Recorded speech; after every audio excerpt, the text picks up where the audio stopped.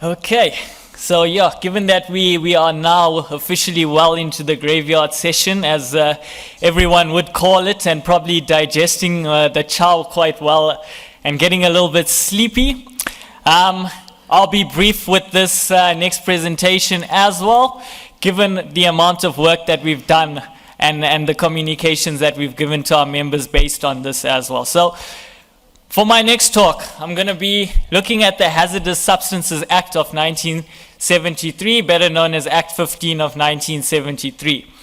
Okay, now all of you would know that Gerard has done an immense work during his days from EFSCASA and all the way through CropLife South Africa based on this act. Ever since I joined Gerard last year, we have also done a lot of work on this act as well. And just recently at one of our stewardship forums held on the 7th of May this year, we discussed in a practical manner issues being faced by our members and solutions. And that's an important point to make. We don't see enough people attending these forums. And these forums are where crucial information is communicated to our members based on issues currently being reported to us. So while one member may be facing an issue, in the stewardship forums, we cover what is happening on the ground. It could be you that then faces that issue going forward. And then you have the knowledge on how to deal with it in a practical manner. That's the important bit. So when it comes to this act, the first question we get is what constitutes a Group 1, Category A or B product? How do I know if my product is a Group 1A or 1B according to this act? Okay, well, firstly, let's start with Group 1, Category A. This is very simple. Group 1, Category A refers to technical grade material used to formulate the registered product. Okay, so this technical grade material is not registered under Act number 36 of 1947. It's material used in the formulation process. And within the pesticide industry, all you need to know is that aluminum phosphide, antimony potassium or sodium tartrate, as well as zinc phosphide, fall into Group 1, Category A. Therefore, if you are at the manufacturer or formulator level, whether you're importing, trading, selling, or using these technical grade material in your processes, you will be required by law and according to the Act to have a Section 4 Group 1 Category A license, and importantly, this must be renewed annually. That's the highs and lows of what a Group 1 Category A is. It's as simple as that, everyone. But that's not the issue. We don't get a lot of questions pertaining to that. This is where we get a lot of questions. Group 1, Category B. What is a Group 1, Category B product? Well, as I mentioned on the previous slide, the technical grade material is used to formulate the registered product. So Group 1, Category B now refers to the registered products, which I'm sure everyone here is very familiar with. And if you're not, then I'm very worried about what you're doing in this industry. So how do we determine what's a Group 1 Category B product? Well, it's not as easy as a Group 1 Category A. Okay? What the Act says is that a Group 1 Category B product is based on a 6.1 toxic class. And it refers you to the South African National Standard 10228. Now, I'm not going to go into the South African National Standard because, unfortunately, no appendices E or F are attached to it. There's no list there. But what you do find there are references to the UN recommendations on the transport of dangerous goods. And then this is not difficult to put together. So basically, a Group 1 Category product is determined based on the UN number. And if that UN number is associated with the 6.1 toxic primary or subsidiary risk class, then that product is considered a Group 1 Category product, B product, for which you will need a Section 4 Group 1 Category B license to trade with. Okay? So let's take a practical example now, and this is what we did during the stewardship forum. We took a practical example and we looked at it all the way through in terms of the requirements of the Act. So we have three products, a herbicide, an insecticide, and a fungicide, and I have the UN numbers listed next to them. Okay? Firstly, where do we find this information? Okay? You've got to look under section 14 of the SDS, or you could refer to SANS 10231. Now this is important. If you're dealing with a few products, then section 14 of the SDS is relevant. It's easy to download them off Agri-Intel, refer to that, and by looking, as you can see the example on your screen, it lists the UN number and it lists the class. Okay, it's as simple as that. But if you're dealing with a lot of products, then it's best to use SANS 10231, where you simply type in the UN number, Control F, it will take you straight to the table where that UN number is listed, and then you will see the class there. Okay, so let's go back now to these examples. So herbicide A and fungicide C, all of you would have noticed that they have the same UN number. And we see that it belongs to a class 9 on section 14 of the transport information for herbicide A. And when we put this into table C1 of SANS 10231, we see the same thing, class 9. It's the same. There's no difference between the two. But the important bit here is that it is not a class 6.1. You do not require a group 1 category B license to trade or sell that product. Okay? Let's go to fungicide C. It also has the same UN number, 3082. So from that, I already know that based on herbicide A, which had that exact same UN number, it's going to fall into the same class, class 9, miscellaneous. It's not rocket science, everyone. And that's the important point that everyone needs to understand as well. Regardless of the active ingredient, regardless of the brand, okay, and regardless of whether it's a herbicide, fungicide, or insecticide, if it carries the same UN number, the class linked to that UN number is going to be the same. So my advice to all of you as businesses is to look at your products, set up a database, list your products, list your UN numbers, and list your classes next to it. And like I said, where you see the same UN number, it becomes very easy. 3082, I know it's class 9, miscellaneous. Okay? It's as simple as that, guys.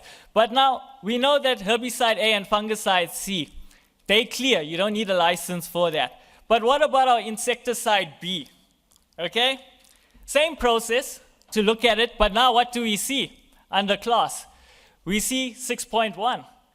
And that means that this product would require a Group 1 Category B license to trade with or sell that product. Okay?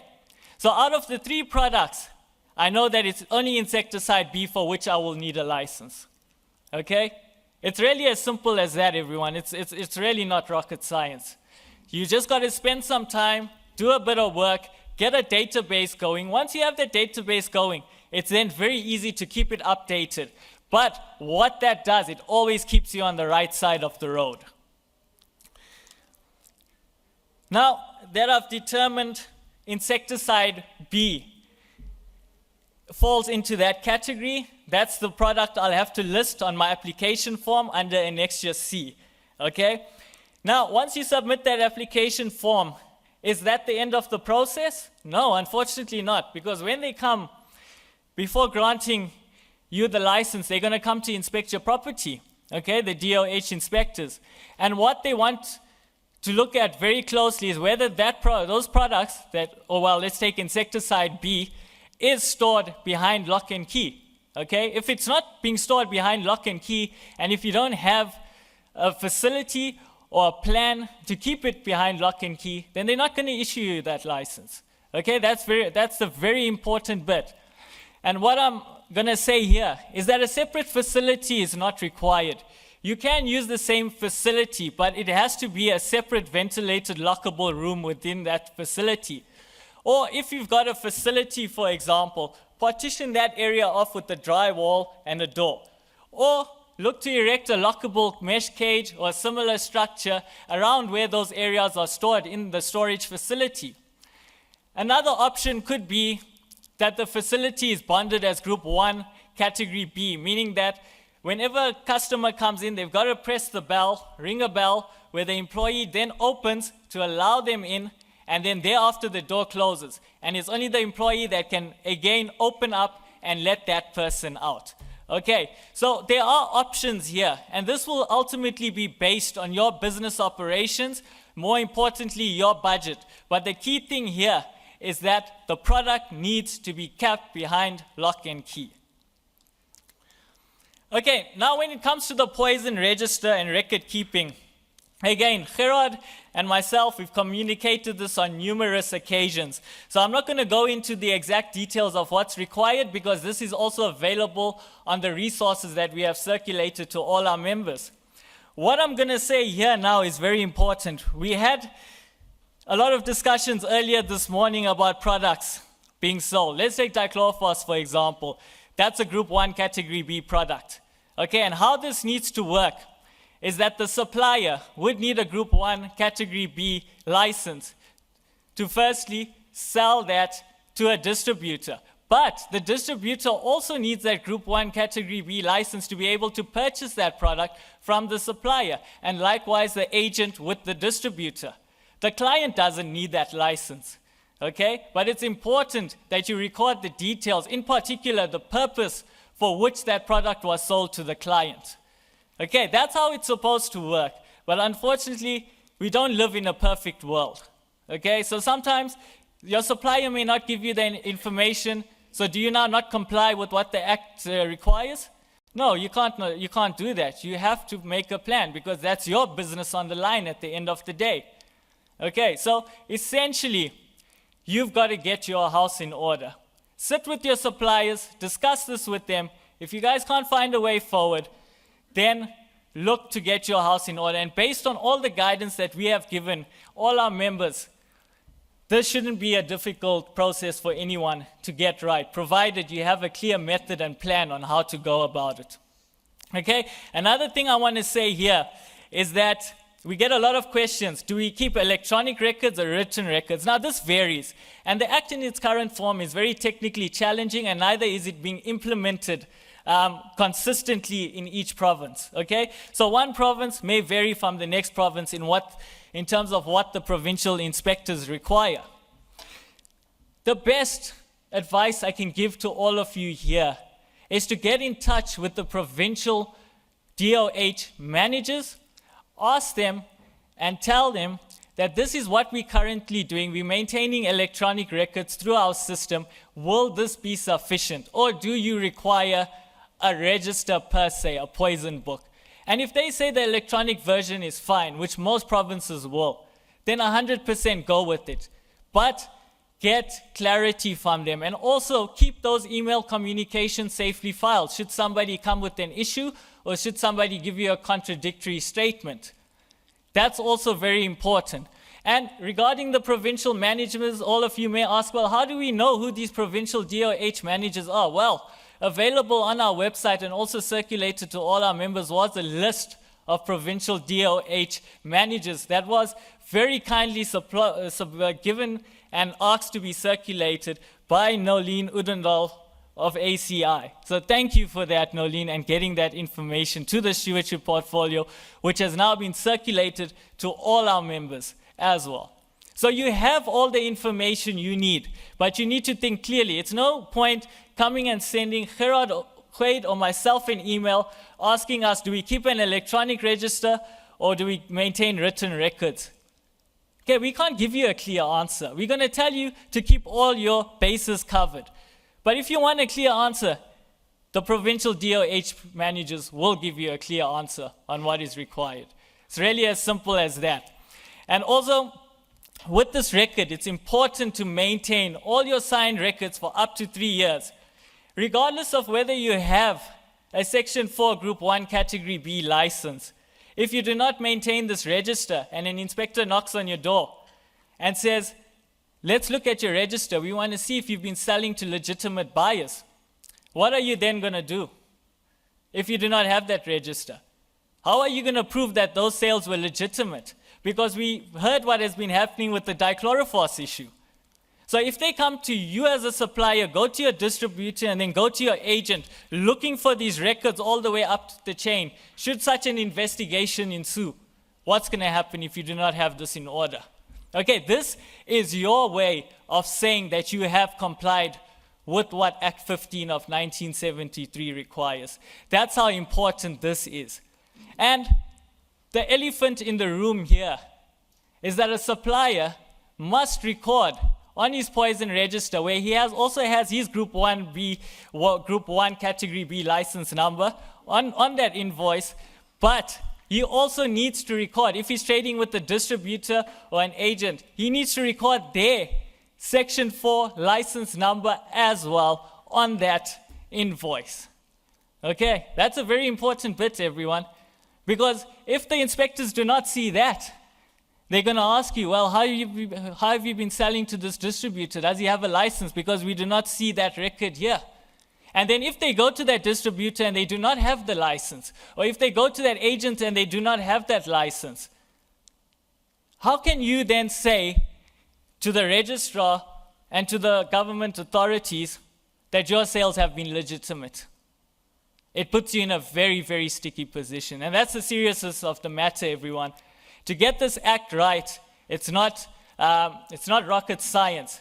Gerard has done an amazing job interrogating this very technically challenging act to understand. And he's done it very well. So please, this is the very important bit. You get your license, you ensure it's stored behind lock and key. Importantly, you maintain a poison register. Okay, now, we always ask, what's actually happening on the ground? And we know that currently inspectors are looking for red band products. That's what they look when they come to your depot, and that's what they want to be kept behind lock and key. Okay, and that's not wrong, because all those red band products come with the UN number that's linked with the 6.1 toxic class. But now what happens with the current system? There's no color bands anymore. So what are inspectors actually going to look at? We don't know. We don't have this answer at the moment. It's just speculation. But what I can say to you, as a stewardship portfolio of CropLife South Africa, we are going to be approaching the relevant office within the DOH to put these issues across to them, that this can really become an epic mess if we do not get consistency in how this act needs to be implemented going forward. Okay, that's the big elephant in the room. I also get a lot of farmers phoning me up. What do we lock up now? Okay, before it had a red band on it. Now it comes with the GHS label. There's no red band. How do we know what we need to lock up or not? My best advice to them is that what was a red band previously, regardless of whether it comes now with the GHS label, because that classification according to UN number won't change, keep it locked up. And that's what you explain to an inspector when they come to your depot or your storage facility. And then it is up to that inspector to tell you why you are wrong. And they will find it very difficult, okay, because you have done nothing wrong. And like I said, we are going to get clear and concise answers to provide our members. But our members also now know that the golden rule is to always consult the UN number of the product to determine whether it is Group 1 Category B. Okay? That's a very important point to note there. And that's some of the best advice we can give at this stage, not only to our members, but also our members of our Grower Association and the farmers that phone us up. The Act is not perfect. It's technically challenging. It's been selectively implemented, particularly at the small pack level, which has been communicated throughout our stewardship forums.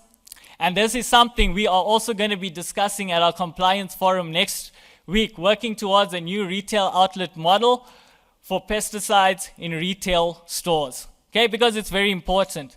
Some classifications have changed. What was not considered a Group 1 Category B product is now considered a Group 1 Category B product. So that will be discussed at the compliance forum. And I urge everyone who's affected by that to attend and contribute.